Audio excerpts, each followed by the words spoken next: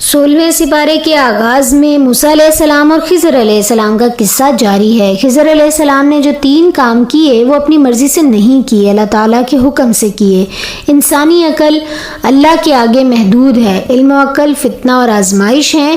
انسان چاہے اپنے آپ کو بہت بڑا ہی عالم سمجھتا ہو، لیکن ہر علم والے کے اوپر ایک دوسرا علم والا ہوتا ہے، اور ان سب کے اوپر العلیم اللہ تعالیٰ کی ذات ہے۔ اس کے بعد ذوالقرنین کا قصہ ہے کہ وہ مثالی حکمران تھے، ایک فاتح اور خدا ترس بادشاہ۔ اقتدار حاصل ہونے کے باوجود اپنے آپ کو اللہ اور رعایا کے آگے جواب دہ سمجھتے تھے۔ سورہ کہف میں جو اللہ تعالیٰ نے قصے بتائے ہیں، ان میں اللہ نے مختلف طریقوں سے آزمائش کی ہے۔ اصحاب کہف والوں کی عقیدہ کے ذریعے سے آزمائش کی گئی، باغ والوں کی مال کے ذریعے سے آزمائش کی گئی، موسیٰ علیہ السلام کے قصے میں علم کے ذریعے سے آزمائش کی گئی، اور ذوالقرنین کے قصے میں اقتدار کے ذریعے سے آزمائش کی گئی۔ سرداران قریش کا نہ تو عقیدہ ٹھیک تھا اور نہ ہی اتنا بڑا اقتدار تھا ان کے پاس، نہ ہی مال و دولت کے بہت بڑے بڑے انبار تھے، لیکن پھر بھی وہ اپنے آپ کو بڑی شے سمجھتے تھے۔ دنیا کے مال اسباب خواہ کتنے ہی جمع کر لیے جائیں، دنیا کے خاتمے کے ساتھ ہی سب ختم ہونے والا ہے۔ سورہ کے آخر میں اللہ تعالیٰ ارشاد فرما رہے ہیں، محمد صلی اللہ علیہ وسلم کہو، اگر سمندر میرے رب کی باتیں لکھنے کے لیے روشنائی بن جائیں تو وہ ختم ہو جائے گی، مگر میرے رب کی باتیں ختم نہ ہوں گی، بلکہ اگر اتنی ہی روشنائی ہم اور لے آئیں تو وہ بھی کفایت نہ کرے۔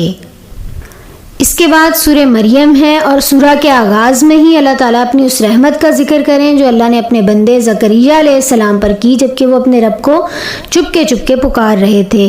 اس کے بعد یحییٰ علیہ السلام کی اعجازی پیدائش کا ذکر ہے، اور پھر اللہ تعالیٰ نے مریم علیہ السلام کی پاکیزگی بیان کی۔ اس کے بعد حضرت عیسیٰ علیہ السلام کی معجزاتی پیدائش اللہ تعالیٰ بتا رہے ہیں، اور اللہ نے انہیں نشانیاں دیں، انہوں نے لوگوں سے گہوارے میں کلام کیا۔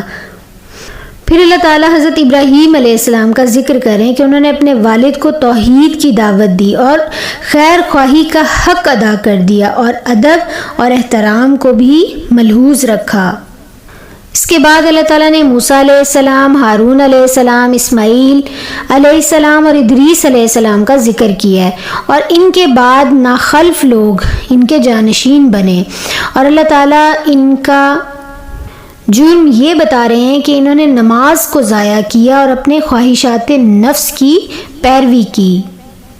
اس کے بعد اللہ تعالیٰ نیکوکار اور بد کردار لوگوں کے انجام کے حوالے سے آیات نازل فرما رہے ہیں، اور ارشاد ربانی ہے کہ تم میں سے کوئی ایسا نہیں جو جہنم پر وارد نہ ہوگا۔ اس کے بعد شرک کی مذمت کی آیات ہیں، اور پھر سورہ طٰہٰ ہے۔ موسیٰ علیہ السلام کو نبوت عطا کی گئی، اور 2 نشانیاں جو ہیں وہ انہیں عطا کی گئیں۔ موسیٰ علیہ السلام کا تو خیال تھا کہ دنیا کا راستہ انہیں معلوم کر لیں گے وہ، لیکن اللہ تعالیٰ نے عقبہ کا راستہ دکھا دیا۔ موسیٰ علیہ السلام کو اللہ تعالیٰ نے ہدایت کی کہ یہ 2 نشانیاں جو عطا کی گئی ہیں انہیں لے کر فرعون کے پاس جائیں، اور وہ سرکش ہو گیا ہے۔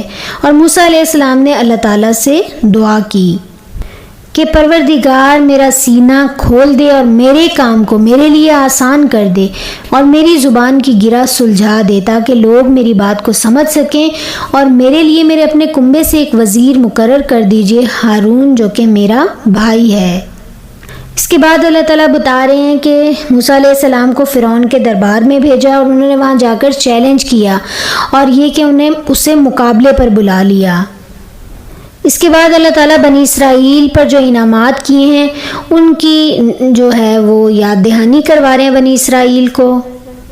اور پھر سامری جادوگر کا ذکر ہے جس نے زیورات سے بچھڑے کی ایک مورت بنائی۔ جادوگر دراصل کسی کو نقصان پہنچانے کے لیے فریب کرتے ہیں، جبکہ معجزہ جو ہے وہ انسانوں کے لیے ہدایت کے لیے ہوتا ہے، اور یہ بطور نشان نبوت پیش کیا جاتا ہے، اور اس سے مقصود سراسر بھلائی ہی بھلائی ہے۔